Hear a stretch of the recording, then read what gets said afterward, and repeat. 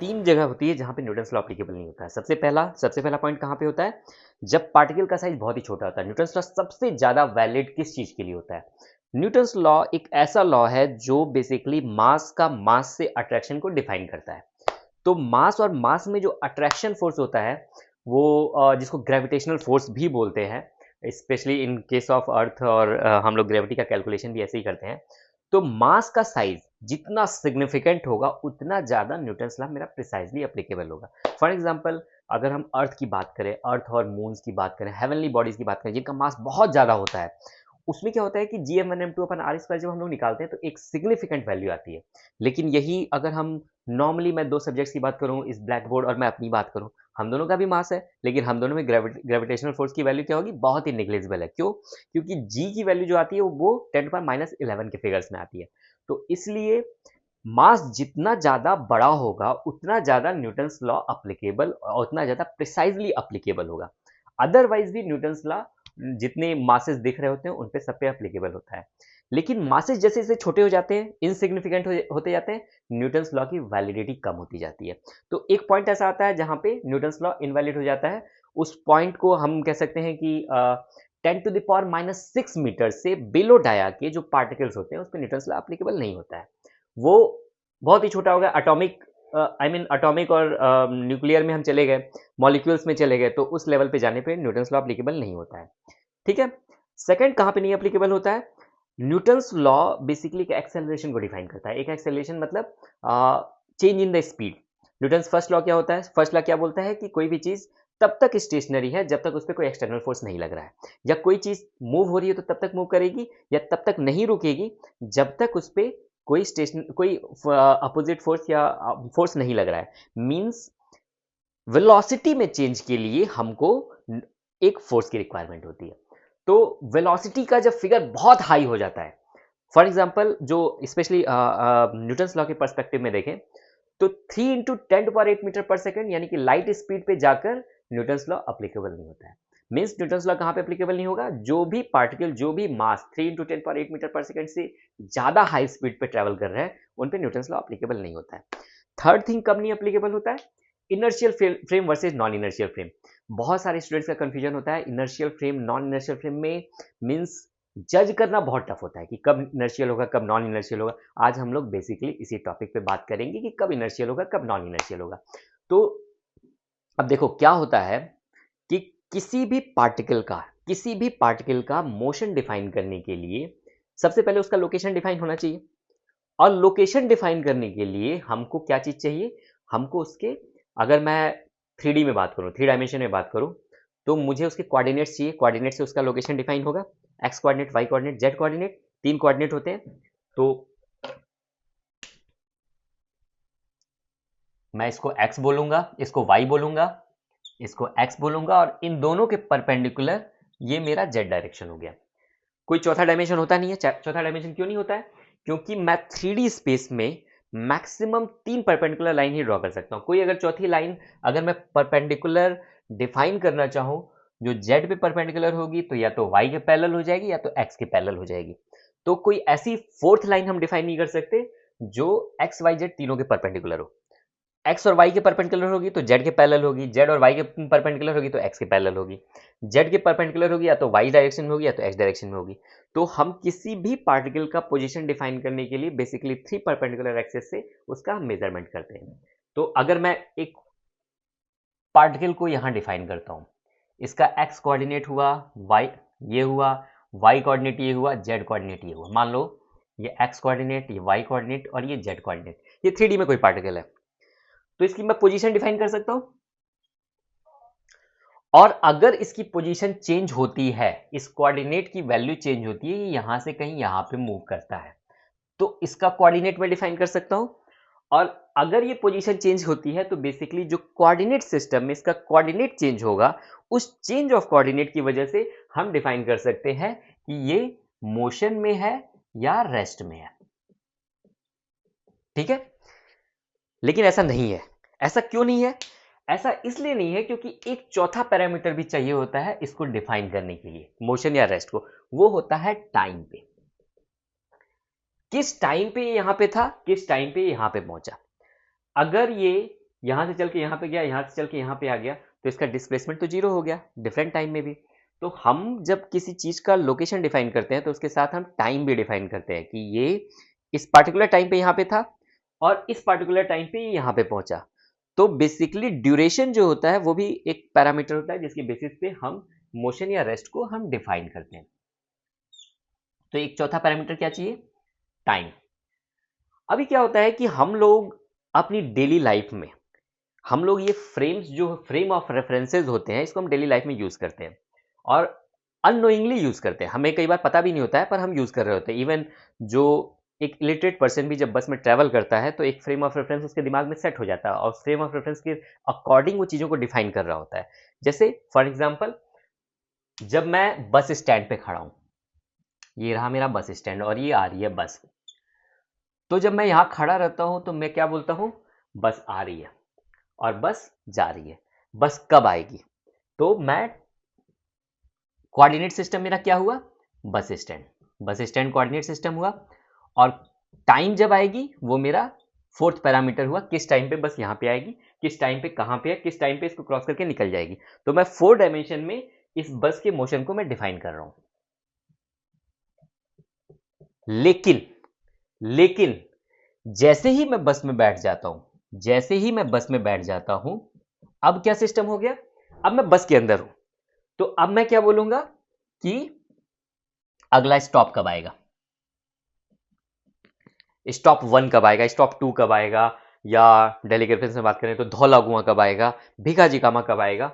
तो बेसिकली क्या हुआ कि ये जो स्टॉप्स होते हैं ये मूव नहीं कर रहे हैं, लेकिन हमने जो रेफरेंस सेट किया, चूंकि हम बस में है, बस के रेफरेंस में हम देख रहे हैं, बस के एक्स वाई जेड के कोऑर्डिनेट में देख रहे हैं और हम अपने आप को स्टेशनरी मान लेते हैं, तो ये चलता हुआ हमें फील होता है कि अगला स्टॉप वो कहीं पे भी नहीं जा रहा, वहीं पे है, लेकिन वो आ रहा है हमारे पास। तो स्टॉप 1 कब आएगा, स्टॉप 2 कब आएगा, या ये वाला स्टॉप निकल गया। तो पॉइंट ये है कि हमारे मूवमेंट के रिस्पेक्ट में हमने जो कोऑर्डिनेट सिस्टम बस में बैठने के बाद सेट किया उसके अकॉर्डिंग स्टॉप मूव कर रहा है। स्टॉप मूव कर रहा है किधर, बस की तरफ। जब मैं इसको क्रॉस कर जाता हूं तो स्टॉप मूव कर रहा है किधर, बस से दूर जा रहा है अब ये।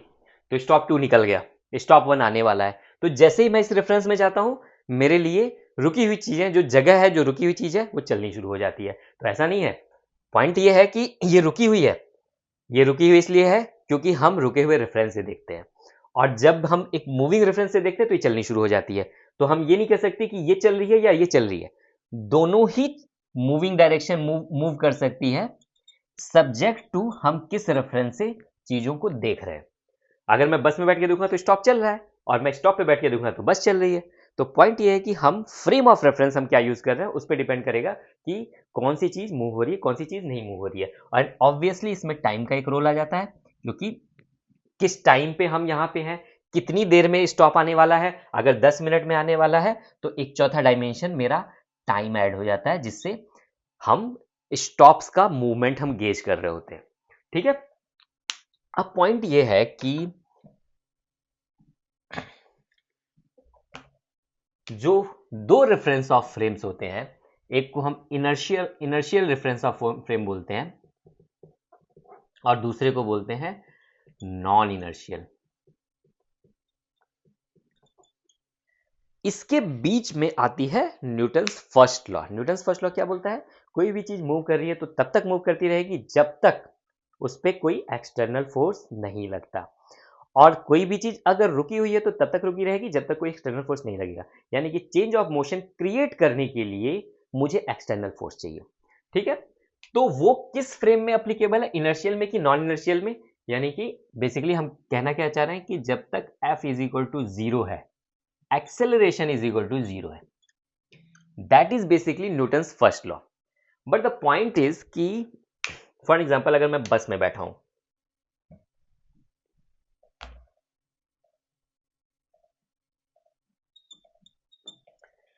इनर्शियल और non inertial frame of reference में बेसिकली क्या डिफरेंस होता है कि इनर्शियल फ्रेम ऑफ रेफरेंस में F is equal to 0 is equal means A is equal to 0, और नॉन इनर्शियल में F इज इक्वल टू 0 होता है।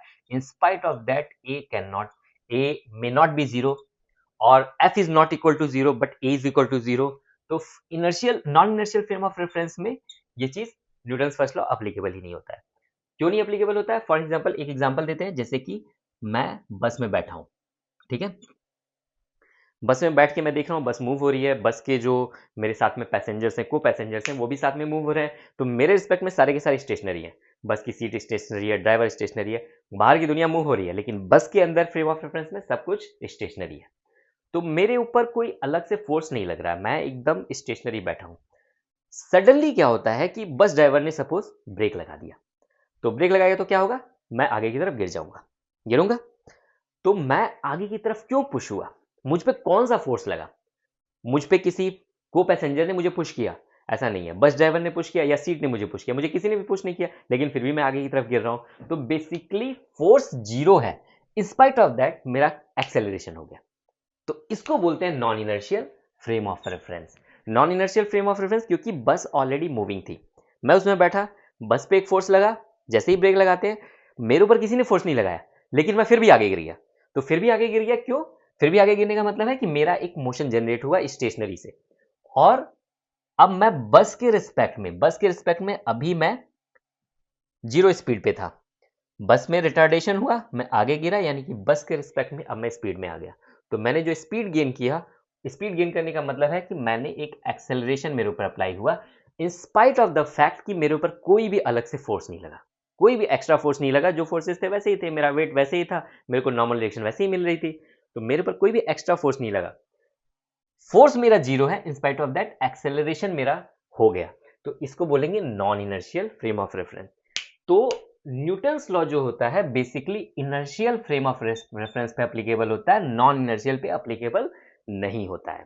तो नॉन इनर्शियल पे हमें एप्लीकेबल कराने के लिए क्या करना होता है?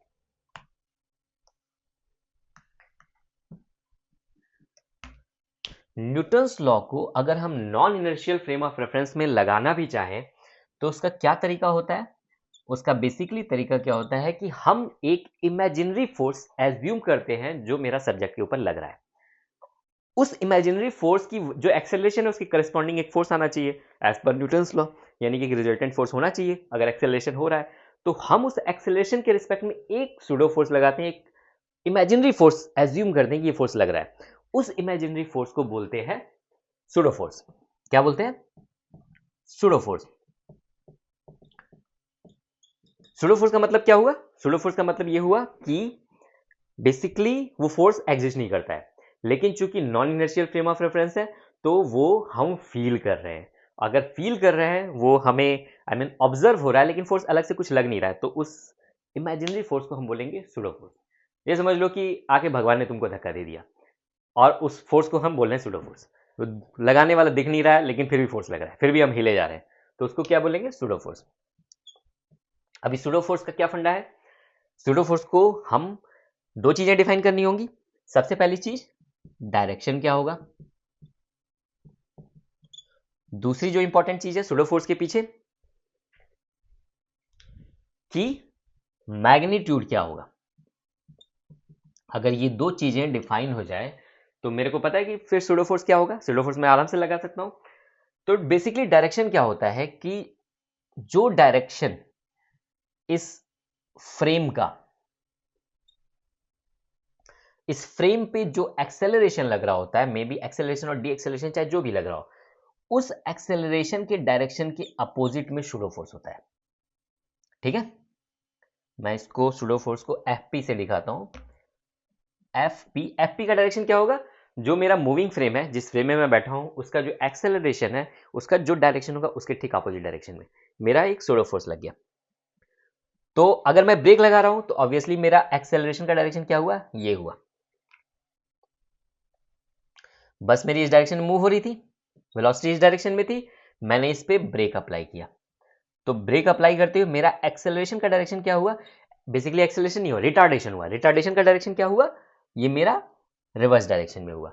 तो मेरे ऊपर अब सूडो फोर्स क्या लगेगा? जो भी यहां पे पैसेंजर बैठा है उस पर सूडो फोर्स कहां, किधर साइड में लगेगा? एक्सेलरेशन के अपोजिट डायरेक्शन में, यानी कि सूडो फोर्स मेरा इधर लगेगा। इसी वजह से हम आगे झुक जाते हैं। आगे गिरते क्यों है? क्योंकि सूडो फोर्स का डायरेक्शन मेरा अपोजिट है। ठीक है, सेकेंड थिंग, सूडो फोर्स की वैल्यू क्या होगी? सूडो फोर्स की वैल्यू होगी मास इनटू एक्सेलरेशन है। जो एक्सेलरेशन मेरा, जिस एक्सेलरेशन से मेरा फ्रेम ऑफ रेफरेंस मेरा मूव कर रहा था, उस एक्सेलरेशन को मैं इसकी मास से अप्लाई मल्टीप्लाई कर दूंगा तो मेरा सोलर फोर्स निकल आएगा। तो मेरा डायरेक्शन क्लियर हो गया, मैग्नीट्यूड क्लियर हो गया, और ये एक सुपरफिशियल फोर्स होता है। ये टोटली सब्जेक्ट टू है कि हम नॉन इनर्शियल फ्रेम में खड़े हैं, ठीक है।